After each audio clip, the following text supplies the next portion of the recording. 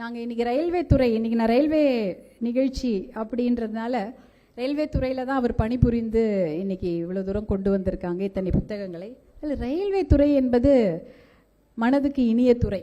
எல்லாருமே அதில் உபயோகப்படுத்தி நம்ம ரயில்வே துறையில் எல்லாருக்கும் தெரியும். எனக்கு ரொம்ப பிடிச்சமான விஷயம் என்னென்னா 2004லேருந்து 2009 நான் புதுடெல்லியில் என்னுடைய கணவர் மருத்துவர் அன்புமணி ராமதாஸ் அவர்கள் சுகாதாரத்துறை அமைச்சராக அங்கே பதவி வகித்த பொழுது ரயில்வே அமைச்சரத்திலையும் பாட்டாளி மக்கள் கட்சி அமைச்சர்கள் இருந்தார்கள். குறிப்பாக 11 மாதமே என்றாலும் கூட எங்களுடைய அன்பு சகோதரர் AK மூர்த்தி அவர்களும் ரயில்வேயில் அமைச்சராக பணிபுரிந்தார்கள். அதே போல் 5 வருடங்களும் எங்களுடைய பெரியவர் அமைச்சர், முன்னாள் அமைச்சர், தொடர்வண்டித்துறை அமைச்சராக, இணையமைச்சராக பணியாற்றிய அரங்கவேலு அவர்களும் அங்கே பணியாற்றினார்கள். என்ன அங்கே நடக்கும்ன்றது எனக்கு தெரியும். ஏன்னா ஒரு ஜீரோ வரும் நான் பார்ப்பேன். இன்றைக்கி ஹெல்த் அண்ட் ஃபேமிலி வெல்ஃபேருக்கு 10 கொஷின் வருதுன்னா ரயில்வேக்கு ஒரு கொஷின் வரும். அதிகமான கேள்விகள் 0 ஹவரில் பார்த்தீங்கன்னா ஹெல்த்துக்கு வரும், அப்புறம் அக்ரிகல்ச்சர், எஜுகேஷன், அதாவது விவசாயத்துக்கோ கல்விக்கு வரும். அடுத்ததாக ரயில்வேக்கு அதிக கேள்விகள் வரும். அதனால் இவங்க 2 பேருமே அங்கே 0 ஹவரில் உட்காந்து நிறைய கேள்விகளுக்கு பதில் சொல்லிட்டு இருப்பாங்க. நான் அதை பார்ப்பேன்.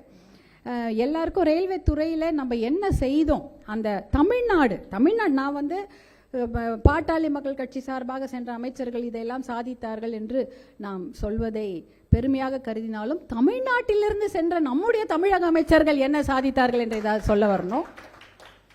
ரயில்வேல பார்த்தீங்கன்னா உங்களுக்கு எல்லாருக்கும் தெரியும், இந்த சேலம் டிவிஷன் ஒன்று ஆரம்பித்தாங்க. இந்த சேலம் டிவிஷன் என்பது சேல கோட்டம், அது முதல்ல கிடையாது. அதாவது கிட்டத்தட்ட பார்த்தீங்கன்னா இன்னைக்கு அது மூதறிஞர் ராஜாஜி அவர்கள் காலத்திலிருந்தும் கர்ம வீரர் காமராஜர் அவர்கள் காலத்திலிருந்தும் சேலம் தனியாக ஒரு கோட்டம் வேண்டும் என்று கேட்டுக்கொண்டிருந்தார்கள். ஆனால் அது அப்போ நடக்கலை. ஆனால் 2004, 2009 அந்த இடைப்பட்ட காலத்தில் நடந்தது. இன்ஃபேக்ட் அதுக்கு அவ்வளோ பெரிய எதிர்ப்பு இருந்தது, பிரிக்கக்கூடாது. எப்போ ஏன்னா அது பால்காட்டுன்னு ஒரு செக்ஷன் இருக்கு இல்லைங்களா, பால்காட்டுன்ற கேரளாவில் தான் இருந்தது. கேரளாவில் தான் அது ஒரு கோட்டமாக இருந்தது. சேலத்துக்கோ இல்லை அருகில் உள்ள பக்கத்தில் இருக்கக்கூடிய எந்த ஒரு மாவட்டத்திற்கோ ரயில்வேயில் ஏதாவது ஒரு விஷயம் செய்யணும்னா பால்காட்டில் தான் போய் கேட்கணும், நம்ம தமிழ்நாட்டில் கேட்க முடியாது.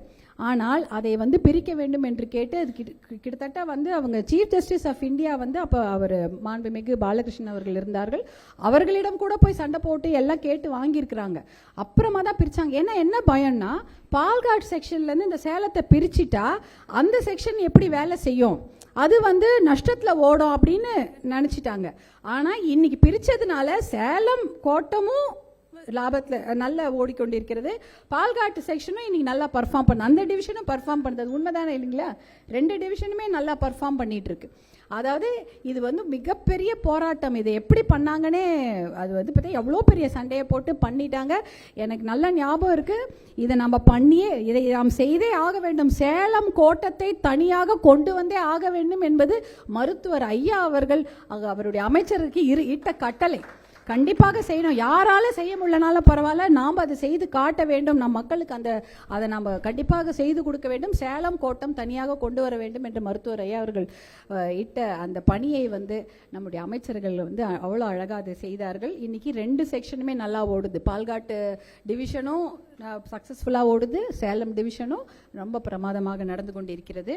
அதே போல் தமிழ்நாட்டில் உள்ள எல்லா மீட்டர் கேஜையும் பிராட் கேஜாக மாற்றிய பெருமையும் அந்த சமயத்தில் தான் பாட்டாளி மக்கள் கட்சி மந்திரிங்களுக்கு தான், ரயில்வே அமைச்சர்கள், தொடர்வண்டியத்துறை அமைச்சர்களுக்கு போய் சேரும். ஏன்னா மீட்டர் கேஜ் எல்லாம் பிராட் கேஜ் ஆக்கியாச்சு. ஆனால் இருந்தாலும் நிறைய இடத்துல நடந்திருக்கிறது, நிறைய இடத்துல நடக்கவில்லை. ஏனென்றால் அதுக்கு ஃபைனான்ஸ், அதற்கான ஒரு பண பிரச்சனைகள் காரணமாக நடக்காமல் இருக்குது. ஆனால் கேரளாலலாம் பார்த்தீங்கன்னா எல்லாமே பிராட்கேஜ் ஆயிடுச்சு. தமிழ்நாட்டிலையும் இருக்குது. தமிழ்நாட்டில் எல்லாமே அதை செய்து முடித்தாகி இருக்க வேண்டும். ஆனால் அது கொஞ்சம் நடந்து கொண்டிருக்கிறது.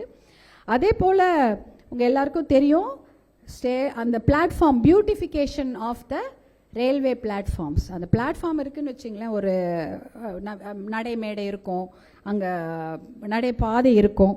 இந்த ஸ்டேஷன், அந்த தொடர்வண்டியில் இருக்க அந்த இடத்துல இருக்கக்கூடிய ரயில்வே ஸ்டேஷனை அதை நவீனப்படுத்துவது, அதற்கான பயணிகளுக்கான வசதிகளை மேம்படுத்துவது போன்ற எல்லா விஷயங்களையும் அந்த சமயம் நாம் செய்திருக்கிறோம். அதே போல் கெப்பாசிட்டி யூட்டிலைசேஷன் என்று சொல்வார்கள். அதாவது இருக்கிற இன்ஃப்ராஸ்ட்ரக்சர். இப்போ நீங்கள் ஒன்று யோசிச்சு பாருங்க, டைம் மேனேஜ்மெண்ட்னு சொல்கிறோம். எல்லார்கிட்டையும் ஒரே டைம் தான், எல்லார்கிட்டையும் 24 மணி நேரம் தான் இருக்குது. அந்த 24 மணி நேரத்தில் யார் அதை ஒழுங்காக நிர்வகிக்கிறார்களோ அவங்க நிறைய விஷயங்களை செய்ய முடியும். அதுதான் டைம் மேனேஜ்மெண்ட். அதே போல் இங்கே இருக்கக்கூடிய இன்ஃப்ராஸ்ட்ரக்சர், இப்போ ஒரே ஒரு தண்டவாளம் இருக்குன்னா அதில் ஒரு ரயில் விட்டால் அது பிரயோஜனம் இல்லை. அதுலேயே 10 ரயில் போச்சுன்னா அப்போ அதிகமான பேர் பயனாளிகளாக இருப்பார்கள். அந்த மாதிரி ஒரு விஷயங்களை செய்தது கெப்பாசிட்டி யூட்டிலைசேஷன் வந்து அதிகப்படுத்தியது. நீங்கள் அந்த இருக்கிற இன்ஃப்ராஸ்ட்ரக்சர் இருக்கிற அந்த கட்டமைப்புகளை வைத்துக்கொண்டு எப்படி நம்ம அதிகமான ரயில்களை இயக்குவது, எப்படி வந்து அதிக பயனாளிகளை போய் சென்றடைவது போன்ற விஷயங்களையும் அந்த சமயத்தில் செய்தார்கள். எந்த அடிஷ்னல் இன்வெஸ்ட்மெண்ட்டுமே கிடையாது. அதற்கு நிறைய எக்ஸாம்பிள், நிறைய உதாரணங்கள் இருக்கிறது. ஆனால் அதெல்லாம் சொன்ன நேரம் ஆகிடும். இருந்தாலும் ஒரு சிலதை மட்டும் நான் சொல்கிறேன்.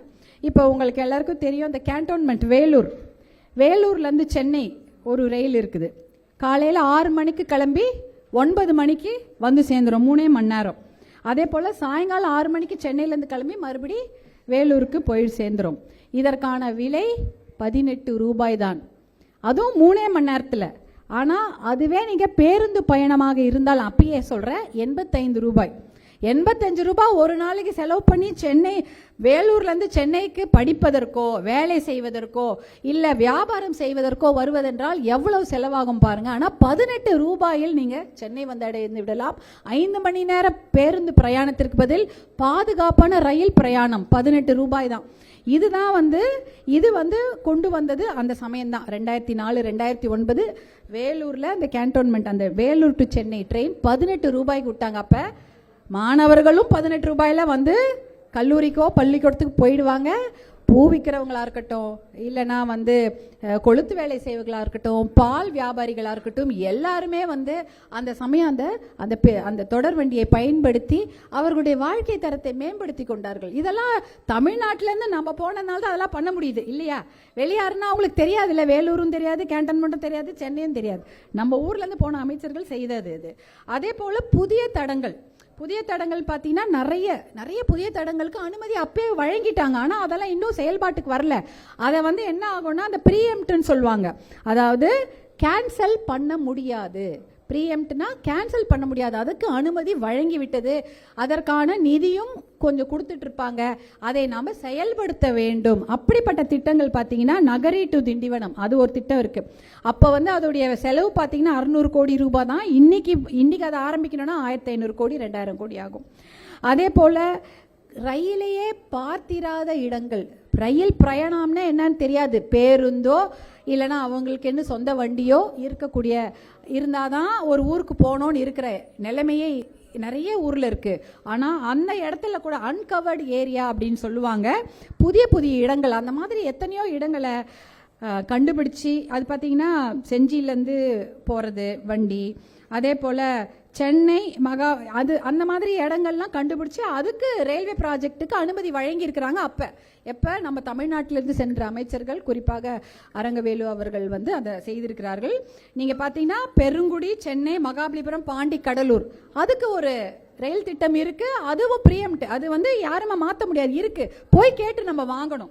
அதே போல் திண்டுக்கல்ல இருந்து குறுக்கு வழி அந்த லோவர் கேம்ப், மலை அடிவாரம், தேனி அதுக்கு ஒரு ரயில் திட்டம் இருக்குது. இப்போ கிடையாது, இருக்குது. ஆனால் அதுக்கு பணமும் ஒதுக்கப்பட்டு இருக்கிறது. அதையெல்லாம் திரும்பி வராது. அதாவது அந்த யாரும் அந்த பணத்தை பிடுங்கிக் கொள்ள முடியாது. இன்னைக்கு போய் அதை நம்ம கேட்டு சண்டை போட்டு வாங்கினா கண்டிப்பாக கிடைக்கும்.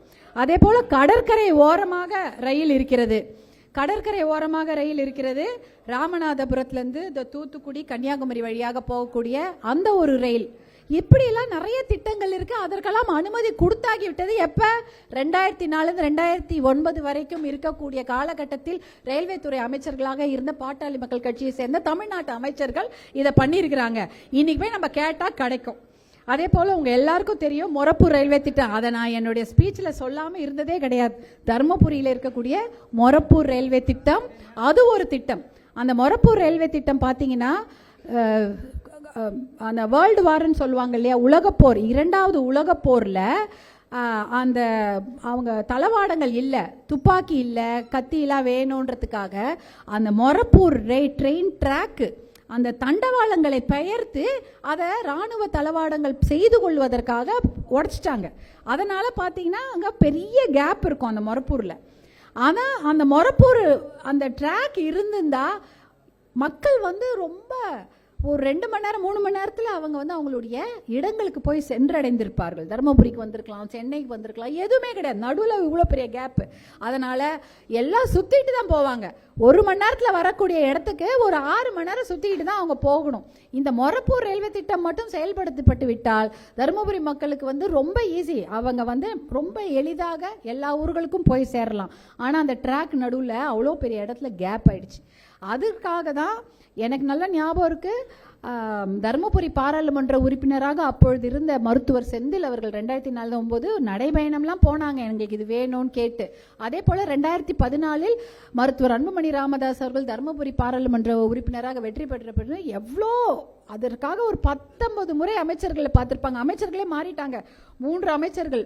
அவர் முதல்ல பார்க்கும்போது அவர் மாண்புமிகு சதானந்த கவுடா அவர்கள் அமைச்சராக இருந்தார்கள். அடுத்தது மாண்புமிகு சுரேஷ் பிரபு அவர்கள் அமைச்சராக இருந்தார்கள். கடைசியாக மாண்புமிகு பியூஷ் கோயல் ஜி அவர்கள் அமைச்சராக இருந்தார்கள். அவர்கள் வீட்டிலே போய் இவர் உட்காந்து பாரான் 19வது டைம்லாம். நீங்கள் வந்து கொடுக்கலன்னா நான் உங்கள் வீட்டிலே உட்காந்துக்குவேன் சார், எனக்கு என்னுடைய தொகுதிக்கு மொரப்பூர் ரயில்வே திட்டத்தை நீங்கள் அனுமதி கொடுங்கன்னு. ஆனால் தாயுள்ளத்தோடு அதுக்கு அனுமதி கொடுத்து அதற்கான நிதி ஒதுக்கீடும் செய்தார்கள். மிகப்பெரிய பிரம்மாண்டமாக ஒரு விழாலாம் எடுத்தாங்க. 2019 நினைக்கிறேன் அந்த மொரப்பூர் ரயில்வே திட்டத்தை துவக்கினார்கள். ஆனால் அதற்கப்புறம் அது தொடர முடியாமல் ரொம்ப பொறுமையாக போய்விட்டது. ஏன்னா அதை கொண்டு போய் கேட்கறதுக்கு ஆள் இல்லை. நம்ம போய் கேட்கணும், கேட்டால் தானே செய்வாங்க. எதுவுமே வந்து நம்ம கேட்கணும், அதற்கு தொடர் முயற்சி இருக்க வேண்டும். அதை செய்யறதுக்கு அங்கே அதற்கப்புறம் தருமபுரியில் முடியவில்லை என்பதால் அங்கே அப்படியே அந்த திட்டம் வந்து பொறுமையாக நத்தை வேகத்தில் தான் போய் கொண்டிருக்கிறது. இதெல்லாம் வந்து மருத்துவர் அன்புமணி அவர்கள் வந்து மொரப்பூர் ரயில்வே திட்டத்தை அமைச்சர்கிட்ட கேட்டு அனுமதி வாங்கி அதற்கான நிதி ஒதுக்கீடும் பெற்று அந்த திட்டத்தை துவக்கி வைத்தார்கள். அதை கண்டிப்பாக நிறைவேற்ற வேண்டும். அதற்கான முயற்சிகளை நம்ம தொடர்ந்து செய்து கொண்டிருக்கின்றோம். இதெல்லாம் வந்து ரயில்வேன்றது வந்து இன்னைக்கு நம்ம நினச்சிட்டு இருக்கிறோம். அதே போல் கிருஷ்ணகிரி, ஜோலார்பேட்டை, ஹோசூர் எல்லாம் சாங்ஷன் ஆகிட்டு இம்ப்ளிமெண்டேஷனில் அதை செயல்படுத்த முடியாமல் பணப்பற்றாக்குறை இல்லை சமயம் அதை போய் கேட்காம இருக்கிறதுனால எல்லாம் அப்படியே பாதியாக இருக்குது. ஆனால் இவை எல்லாமே அனுமதி கொடுத்தது. இதெல்லாம் நான் வந்து காலையில் எங்களுடைய பெரியவர் அரங்கவேலுஜி அவர்களிடம் கேட்டு தெரிந்து கொண்டேன், என்ன சொல்லுங்க எல்லாம் பண்ணீங்கன்னு. அதில் முக்கியமான ஒரு விஷயம் அவர் சொன்னார். பாம்பன் ரயில்வே பாலம் உங்கள் எல்லாருக்கும் தெரியும். பாம்பனில் அது வந்து ஒரு கெனால் மாதிரி. அதில் பார்த்தீங்கன்னா இந்த சிசர்ஸ் பிரிட்ஜுன்னு சொல்லுவாங்க. அந்த பிரிட்ஜ் இப்படி 2ஆக பிரியும், அது வழியாக போட்லாம் போகும். ஆனால் அந்த இடத்துல ரயில்வே பாலம் வேணும் என்று யார் கேட்டிருப்பாங்கன்னு நினைக்கிறீங்க? நம்மளுடைய மனதில் நீங்கா இடம் பெற்றிருக்கக்கூடிய ஏபிஜே அப்துல் கலாம் ஐயா அவர்கள் தான் கேட்டாங்க. அவரை கூப்பிட்டு எங்களுக்கு வேணும், நான் என் சொந்த ஊருக்கு நான் ட்ரெயினில் போகணும்ப்பா அப்படின்னு அவங்க சொன்ன உடனேயே அந்த பாம்பன் பாலத்தில் மேல் ஒரு ரயில் பாலம் ஒன்று வேணும், பாம்பனில் வேணும், அப்போ தான் அவர் ஊருக்கு போனால் நல்லாயிருக்கும், எல்லாரும் கிராம மக்கள் உபயோகப்படுத்தி கொள்வார்கள் என்ற அந்த ஒரு விருப்பத்தை தெரிவித்த உடனேயே அமைச்சரகத்தில் எல்லாம் இதை பற்றி விவாதித்து 1000 கோடி வருது, இதில் வருதா ரயில்வே அமைச்சகத்தில் அப்போ அது விவாதம் செய்து 1000 கோடி குளோபல் டெண்டர் இருந்தால் தான் இந்த பாலத்தை கட்டி முடிக்க முடியும்னு சொல்கிறாங்க. அப்பொழுது வந்து நம்முடைய அமைச்சர்கள் தமிழகத்திலேருந்து சென்ற நம்முடைய ரயில்வே அமைச்சர்களான அரங்கவேலுஜி அவர்களும் இவங்கெல்லாம் சேர்ந்து ஒன்று சேர்ந்து இதை பற்றி ஒரு பெரிய ஆராய்ச்சியை செய்து 250 கோடியில் அந்த ரயில்வே பாலத்தை கட்டி முடிக்கிறாங்க. கட்டி முடித்து அவருக்கு பவர் பாயிண்ட் ப்ரெசன்டேஷனில் போட்டு காமிச்சுன்னா அவ்வளோ சந்தோஷப்பட்டுட்டு இது மிகப்பெரிய சாதனை, இதையெல்லாம் நீங்கள் பதிவு பண்ணுங்கன்னு அவர் யார்? நம்மளுடைய அன்பு நம்ம மனதில் நீங்கள் இடம் பெற்று இருக்கக்கூடிய நம்முடைய பிரசிடெண்ட்டாக இருந்தக்கூடிய நம்மளுடைய ஏபிஜே அவர்கள் வந்து சொல்கிறாங்க, இந்த மாதிரி இதெல்லாம் சாதனையெல்லாம் பதிவு பண்ணுங்க, இதெல்லாம் எவ்வளோ பெரிய விஷயம், மக்களுக்கு சேவை செய்யக்கூடிய விஷயம் அப்படின்ற விஷயத்தெல்லாம் சொல்கிறாங்க. இப்படி நிறைய விஷயங்களை ரயில்வே துறையில் சொல்லலாம். இதெல்லாம் நான் வந்து தமிழ்நாட்டுக்கு மட்டும் சொல்கிறேன். இந்திய ரயில்வே துறையில் நாம் சாதித்தது அதை விட அதிகம். உங்கள் எல்லாருக்கும் தெரியும், நஷ்டத்தில் ஓடிக்கொண்டிருந்த ரயில்வே துறை 89,000 கோடி சர்ப்ளஸில் அந்த சமயம் தான் ஓடுச்சு. அப்போ வந்து அதில் இவர் இணையமைச்சராக தான் நம்ம பாட்டாளி மக்கள் கட்சி அமைச்சர்கள் இருந்திருக்கிறாங்க. இருந்தாலும் அதில் அமைச்சராக இருந்திருக்கக்கூடிய மாண்புமிகு லாலுஜி அவர்கள் வந்து நீங்கள் இதெல்லாம் நல்லா செய்யுங்க அப்படின்னு அவங்களுக்கு வந்து சுதந்திரம் கொடுக்கவும் நிறைய விஷயங்களை நாம் செய்ததுனால இந்தியாவிலே அது வந்து சர்ப்ளஸ் ஆக 89,000 கோடி சர்ப்ளஸ் ஆக அது ஓடிக்கொண்டிருக்கிறது. இதெல்லாம் வந்து ஒரு ஃபைனான்ஸ், நம்ம என்ன பண்ணுறோம் இதை பற்றி இது வந்து ஒரு ஓவரால் வியூன்னு நம்ம சொல்லிட முடியாது. ரயில்வே துறையை பொறுத்த வரைக்கும் ஒரு சோஷியல் ஆஸ்பெக்ட்னு பார்த்தீங்கன்னா, வண்டியில் காசு கொடுத்துட்டு ஏறிட்டா அது யாராக ஏழையாக இருந்தாலும் சரி பணக்காராக இருந்தாலும் சரி ஒன்றா உட்காந்து தான் போகணும். இந்த மதமாக இருந்தாலும் சரி எந்த ஜாதியாக இருந்தாலும் சரி எல்லாரும் ஒன்றா உட்காந்து தான் போவாங்க. அந்த ஒரு இந்தியாவை ஒருங்கிணைத்த ஒரு சமூக பார்வையுடைய ஒரு ரயில்வே துறை நிறுவனம். அந்த நிறுவனத்திலிருந்து இன்றைக்கி இவர் வந்து இவ்வளோ பெரிய சாதனைகளை இன்றைக்கி செய்திருக்கிறீங்க. உங்களுக்கு எங்களுடைய மனமார்ந்த வாழ்த்துக்கள் நன்றிகளையும் தெரிவித்துக் கொள்கின்றேன். நாங்களும் பசுமை தாயகம் சார்பாக அடுத்த ஒரு நிகழ்ச்சியெலாம் நாங்கள் தயார் பண்ணி கொண்டிருக்கின்றோம். இப்போ ஏன்னா நான் பசுமை தாயகத்திலேருந்து வந்ததுனால அந்த விஷயத்தை சொல்லிக் கொள்கிறேன். ஏன்னா அதிகமான உங்கள் எல்லாருக்கும் தெரியும், நாம் சென்னையில் இருக்கிறோம். நம்ம சென்னையில் வந்து அதிகமாக நம்மளை வந்து எந்த பார்க்குது அப்படின்னு பார்த்தீங்கன்னா, அதிகமான பறவைகள் தமிழ்நாட்டிலேயே வருவக்கூடிய ஒரே இடம் மாநகரம் பார்த்திங்கன்னா சென்னை தானா. தமிழ்நாட்டில் இருக்கக்கூடிய அத்தனை பறவைகளில் 40% வலசை போகும் மைக்ரேட்டரி பேர்ட்ஸ் சென்னைக்கு தான் வருது. அதை பற்றிய ஒரு விழிப்புணர்வு நிகழ்ச்சியை நாங்கள் பசுமை தாயகம் சார்பாக நாங்கள் நடத்த காத்து கொண்டிருக்கின்றோம். ஏன்னா அதிகமான சதுப்பு நிலங்கள் இருக்கக்கூடிய மாநிலமும் தமிழ்நாடு தான். இந்தியாவில் அதிகமான சதுப்பு நிலங்கள் மார்ஷ்லேண்ட்ஸ் வெட்லேண்ட்ஸ்ன்னு சொல்கிறோமே இருக்கக்கூடிய மாநிலம் தமிழ்நாடு தான். அதை எப்படி நாம் பாதுகாக்கிறது? ராம்சார் சைட்டுன்னு சொல்லுவாங்க. அந்த வெட்லேண்ட்ஸ் அதை சுற்றி நாம் எதுவுமே செய்யக்கூடாது. வெட்லேண்டை ப்ரொடெக்ட் பண்ணோன்னா முதல்ல எது வெட்லேண்டுன்னு கண்டுபிடிக்கணும், எது ஈரநிலம், எது சதுப்பு நிலம், எது மார்ஷ்லேண்டுன்னு கண்டுபிடிக்கணும். இவ்வளோ பெருசா இவ்வளோ சின்னதா அதை அளவெடுத்து நாம் அதை கண்டுபிடித்தோம் என்றால் அந்த இடத்துல நாம் நம்மளுடைய இயற்கையை பாதுகாக்கக்கூடிய ஒரு இடமாக அதை நாம் பாதுகாக்கக்கூடிய ஒரு இடமாக நம்ம அறிவிக்கலாம். அந்த மாதிரி ஒரு நிகழ்ச்சியை பசுமை தாயகம் சார்பாக நாங்கள் கொண்டு செல்ல இருக்கின்றோம்.